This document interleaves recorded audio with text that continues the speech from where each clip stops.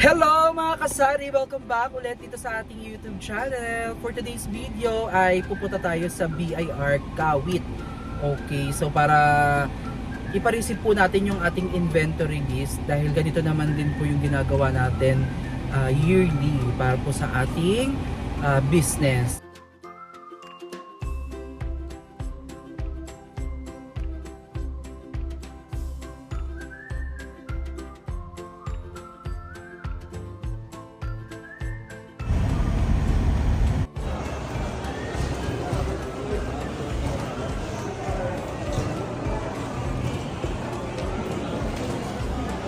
Hello again mga kasari! Finally natapos na po tayo sa ating appointment for today's video at ito na nga po, hawak ko na ang ating mga papel na napareceive. Ito nga po yung sworn declaration natin. So na-receive na po siya dito sa ating RDO.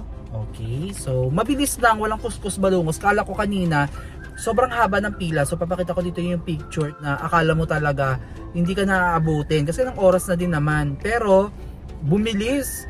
No, kung kailan matatapos na yung oras, parang last minute, ang bilis. Ilang officer din yung talagang nag-accommodate sa amin. Thankful tayo dahil nairaos naman na din natin ang ating agenda for today's video dahil nga grabe, napakaraming hinahabol talaga ngayon. Ito kagaya nito pasalamat tayo, ganito lang yung ating pinareceive, pero yung mga kasabayan ko sobrang dami nilang pinareceive at good luck doon sa mga kasari natin or yung mga ibang mga business owner na malilate kasi narinig ko doon na may penalty na ata kapag na-late kang magbayad o na-late ka mag-file ng iyong inventory list. So comment down below kung na-experience nyo din to kasi ito ay first time kong gawin. Okay, although meron tayong bookkeeper at saka accountant na nag-handle dun sa isa nating business. Ito kasi kay Kuya One Show, okay? Ito yung perfume business natin. Pero yung sa tindahan ko kasi, meron tayong bookkeeper doon na siya din naman may hawak nito, okay? Sila din yung may hawak netong One & Co online shop. Kaya lang, sila ay based sa Manila at tayo naman dito sa Cavite. Kaya yung tindahan namin sa Manila, yun yung inasikaso nila, yung nakapangalan po sa akin. So, itong One & Co online shop, dito po yan sa Cavite, kaya ako na lang po yung naglakad. It's such a great time na may bago tayong natutunan, no, na kung paano magpa-receive ng inventory list, ano ba yung mga kakailanganin. So at least next year, or kung merong mga kaibigan tayo dyan na magtatanong ano ba yung kinakailangan dalhin.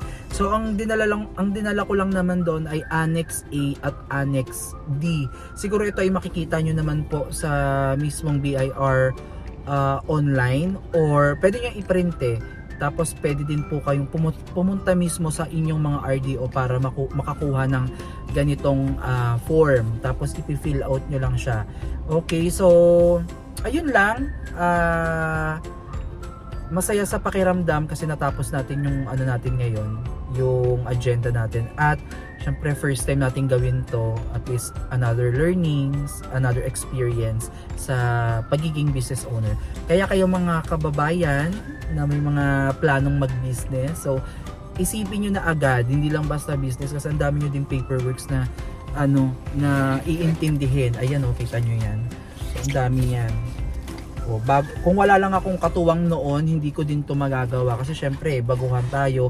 So tanong-tanong din tayo, tanong malala, at yun yung pinaka-stressful sa isang business owner, yung pagkuha ng mga permit kasi hindi din po biro. Aside from gugugol ka talaga ng napakalaking oras, ay gagastos ka talaga ng bonggang-bongga. Alam nyo yan, di ba, sa mga mayor's permit pa lang, talagang naman, nako, parang isipin mo pa lang, ito pa lang yung business ko, how much more kung malalaking business na yung hahawakan mo or ima-manage mo. Talagang Diyos ko, napaka madugo po talaga ng pagnenegosyo. Kaya saludo po ako sa lahat ng mga kasari natin, sa lahat po ng mga business owner out there.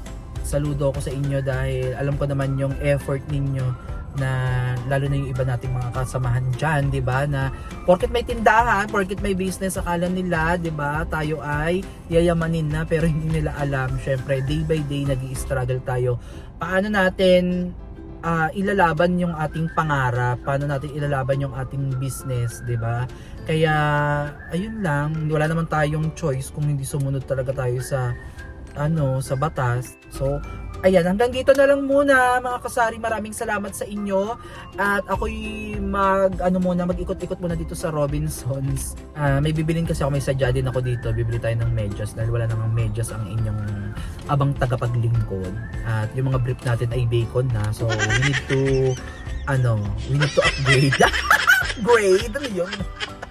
So, ayun, magpapalit lang tayo ng mga baconet nating mga brief at saka yung medyas natin na talagang na din, gusto na ding sumuko. Yung parang ganyan ba? Hindi naman siya butas, pero alam mo yung parang gusto niya nang malaglag din sa hindi na siya kumakapit. Maluluwag na yung mga garter niya, mga ganyan. So, ayun, maraming salamat mga kasari at lagi ko nga pinapaalala sa inyo, laban lang and happy selling! Bye-bye!